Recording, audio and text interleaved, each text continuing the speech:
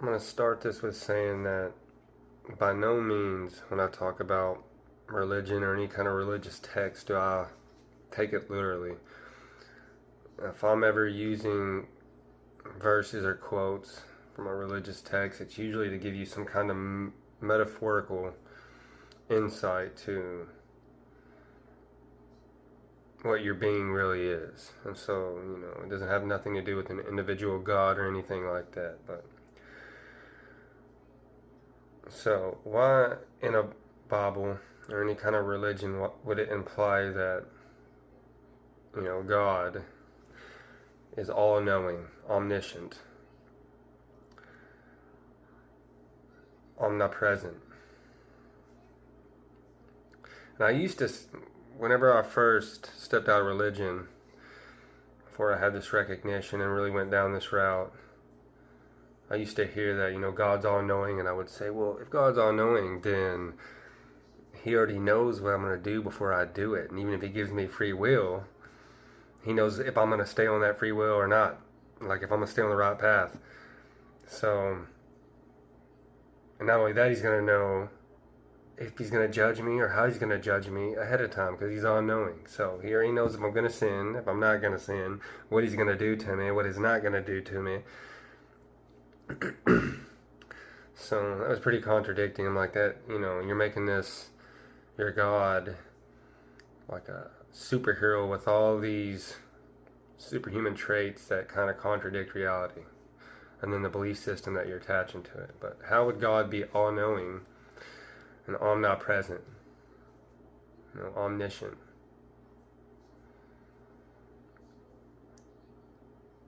Like in some of my other videos,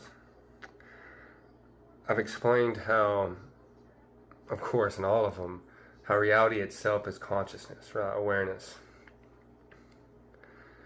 But I've explained how awareness itself was responsible for the stuff that seeing was made out of, and it wasn't just necessarily the occipital lobes, right? Because I have to kind of say it again, but I'll do it quick. Individuals who've had their occipital lobes damaged, when they go to dream, the eyes they appear to be looking, through in that dream, sees everything clearly. So by principle, the stuff that seeing is made out of isn't necessarily the occipital lobes. It is awareness, because awareness is always there. It's just that the occipital lobes give opportunity for consciousness to arise in the form as seeing in the waking state, because in the waking state you would need the occipital lobes to process everything. So you can see how awareness itself is pretty much responsible for the stuff that seeing is made out of. And if somebody was born blind and they had never seen anything in their whole life, from our research they still see geometrical patterns, shapes. Most of their dreams are sense and kind of not just sense, but touch, smell. Like they have more of the other senses in their dreams, but they still see the things that they see. They're seeing. It may just be triangles, but they're still seeing. So the stuff that seeing is made of is awareness, right? So you can come to that conclusion, and then, like in some of my other videos, I'm not going to stop doing that, I talk about how awareness, there's no self. Awareness is pretty much responsible for choice. And in awareness, consciousness itself, it's selfless, it's a whole. So there is no self in that to necessarily be making a choice. But we'll go through the analogy again. If I were to ask you, tool or 3 doors down? Before you answer tool, as I'm asking the question, no choice is made, right? So there's no choice being made. There's a pause. A choice is made, the thought tool, and then you say tool. So like I mentioned, before the thought, in this pause, the choice is made. And what's always in this pause? In the now. Awareness, right? So it's awareness that's making this choice, that it's coming up. Your mind is saying a thought, and then your mind is thinking to itself, I chose tool, and creating this illusion of the self that made the choice. So the thinking mind is creating this illusion that it is what made the choice. But really, the choice came from the gap, the awareness, right? Before the thought came to mind. So in this,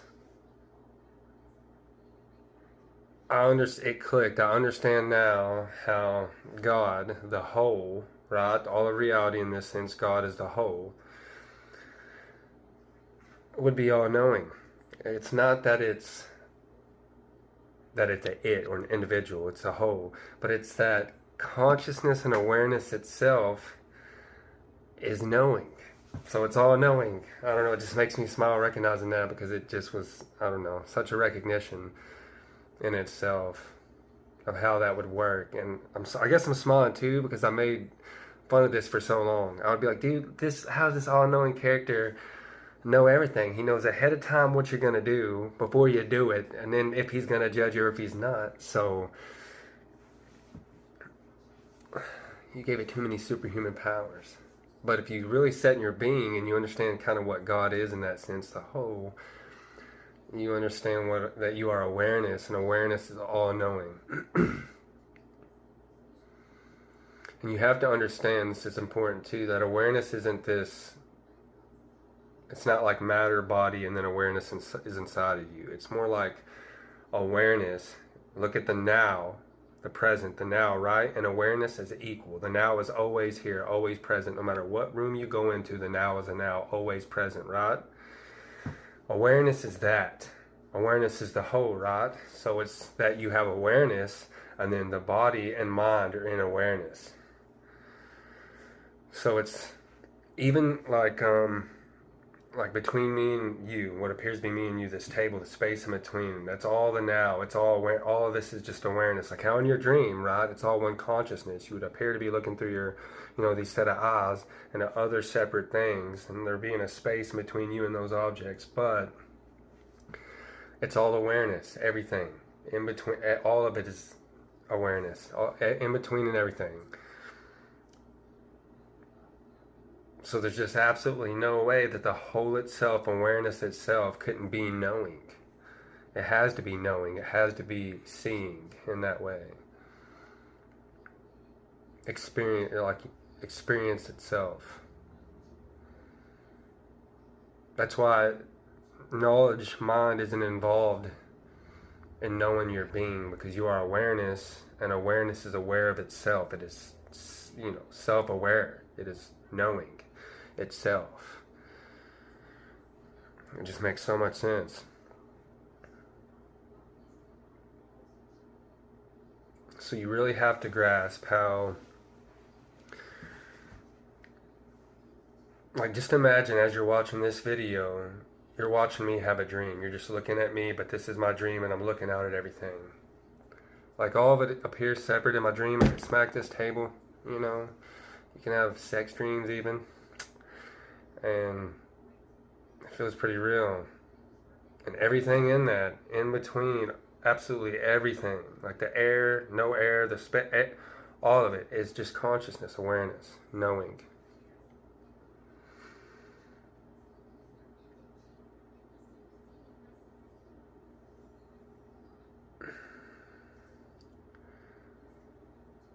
And another point to this is, in these religious texts, it says that God is,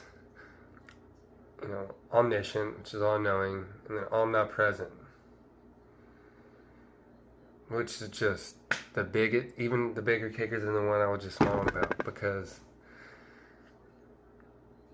you have to be present. You have to be this presentness, this awareness, in order to recognize that that's what the whole is. So God, the whole, is all-knowing and always present. It's probably kind of cliche and probably, corny to some people, but I don't really care. To me, that was just such a, of course, a recognition, but just a revelation. So it's not that a God is all-knowing in the sense that there's this individual sky daddy, up there that knows what you're going to do before you do it, every hair on your head. It's that it is every hair on your head. It's everything in reality, and it's all knowing. It's everything which is all conceivable. It's just one mind.